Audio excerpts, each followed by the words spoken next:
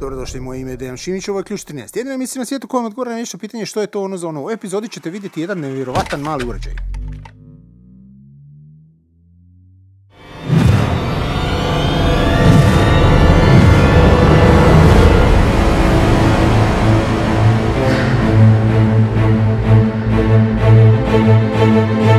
U današnje vrijeme manje više svi imamo isti problem, a to je kada kupite nešto, nema veze kakav proizvod kupimo, dobit ćemo proizvod i dobivamo samo kabel. Znači nema nikakve one famoznog ispravljača, znači uz pomoć kojeg ćemo napuniti ovaj uređaj.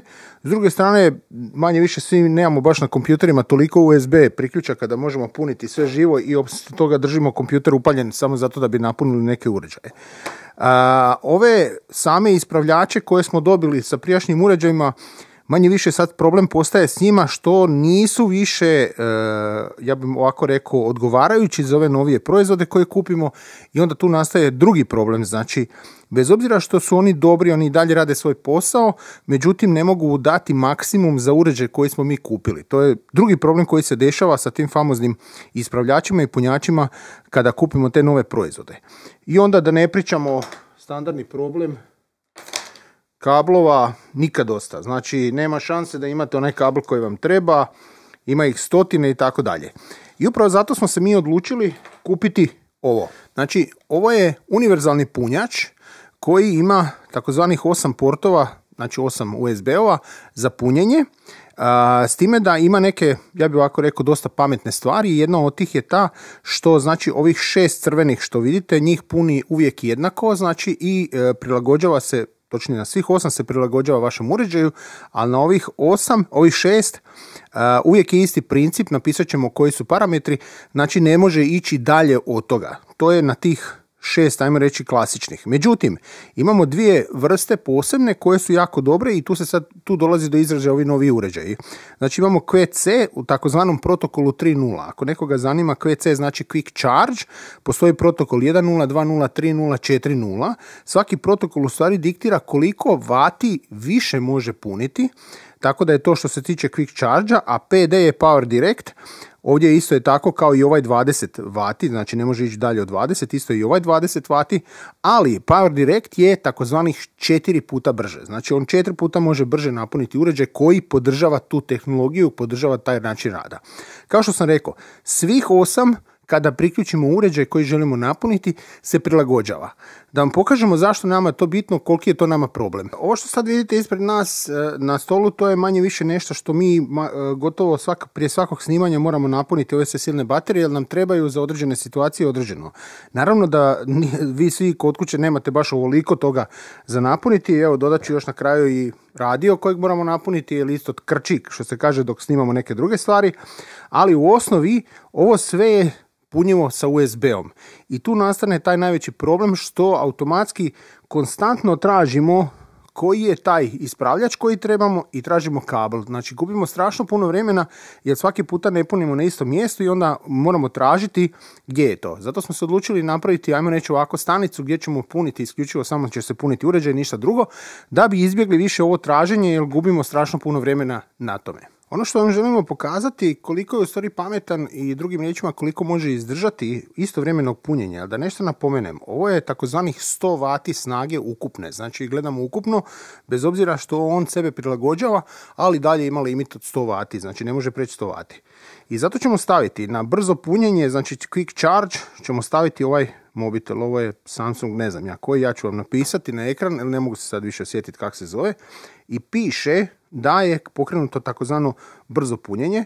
Ovdje vam ispisuje kolika je snaga u voltima, znači 5,2 volta, 2 amper sata i Quick Charge, Charging Fast je počeo, znači proces. To je jedan uređaj koji smo stavili.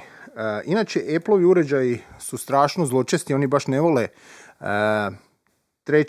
trećih proizvođača punjača, oni vam to baš ne podržavaju. U ovoj situaciji, iako je ovo stariji tablet, evo, proces punjenja je počeo, apsolutno nije problem. Stavit ćemo odmah jednu sjetiljku da se puni i ona. I kao što možete vidjeti, on vam preskače, znači on vam pokazuje treperi onoga kojeg puni, sad pokazuje drugi, šta se dešava sa drugim. Znači pokazuje vam na samom ekranu za svaki model šta se dešava. Stavljamo sljedeće, znači na treći, Evo, isto pokazuje 1,1 amper sat, podiže ovu bateriju, puni se 1,1 amper sat. Znači stavili smo treći uređaj. Stavit ćemo na još jednu svjetiljku puniti. Evo ga, imamo još jedan uređaj. Znači i ovo se puni. Znači i to smo pokrenuli. Imamo jednu bateriju za punjenje ćemo staviti. Evo, i bateriju smo stavili za punjenje. Sve u isto vrijeme punimo i na kraju ono što nam se nama najviše sviđa, još uvijek vam ostaje Počinjem puniti. bezkontaktno punjenje. Znači to je ono što se nama na kraju najviše sviđalo, što u stvari i kad ovo sve pohvatate i kad sve stavite što želite napuniti u isto vrijeme, još uvijek ovo ostane. Najveća prednost i zašto u stvari smo htjeli snimiti ovo, ako je nekome interesantno, ostavit ćemo link u opisu videa. Znači možete naći gdje smo mi kupili na Banggoodu konkretno. Za one koji ne znaju, Banggood trenutno prodaje i sa španjolskog, francuskog, češkog i ruskog skladišta. Znači ne mora uvijek ići iz Kine ili Amerike, nego možete dobiti iz europskih skladišta, što onda ubrzava proces dostave, dobijete jako, jako brzo. Da vam dam ideju, mi smo kupovali iz Španjolske, dolazilo je između 10 i 15 dana, kupovali smo iz Češke, tu dolazi najbrže do nas. To je u prosjeku bilo negdje 7 dana. Rusija je isto bila 10 do 15 dana kad su oni mogli slati, a Francusku smo samo jedanput, isto je bilo nekih 10 dana kad smo iz Francuske tražili neku robu i kupili preko njih. Ono zašto vam i želimo reći, ako je nekom interesantno ili traži nešto slično, pogledajte, ima sličnih proizvoda, ovaj je trenutno bio na akciji nekih $32 sa shippingom, znači prema Hrvatskoj. Znači tu negdje se vrtila cijena oko $32 kada smo ga mi kupili. Vrlo, vrlo pametna stvar i ono što sam rekao, manje više svi sad u zadnje vrijeme imamo problem s ovim kod kuće. Ako je nekom interesantno, evo link je dole u opisu videa. Znači, ovo nije sponzorirana emisija, pogledajte, vidite i sve.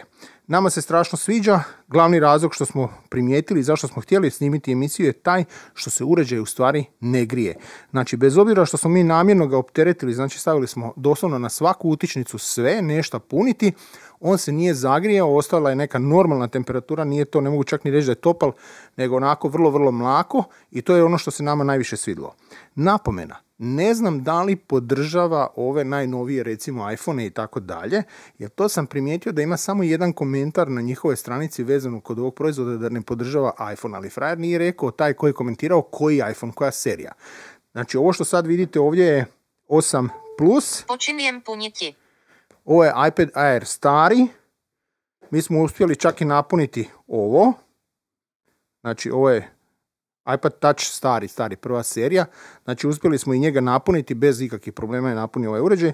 Tako da ja nemam neki najnoviji uređaj, ovo je relativno nov mobitel, nekih 2 godine stara serija, možda čak i manje, ne znam, napisat ću, vi ćete znati bolje, ja ne pratim to toliko.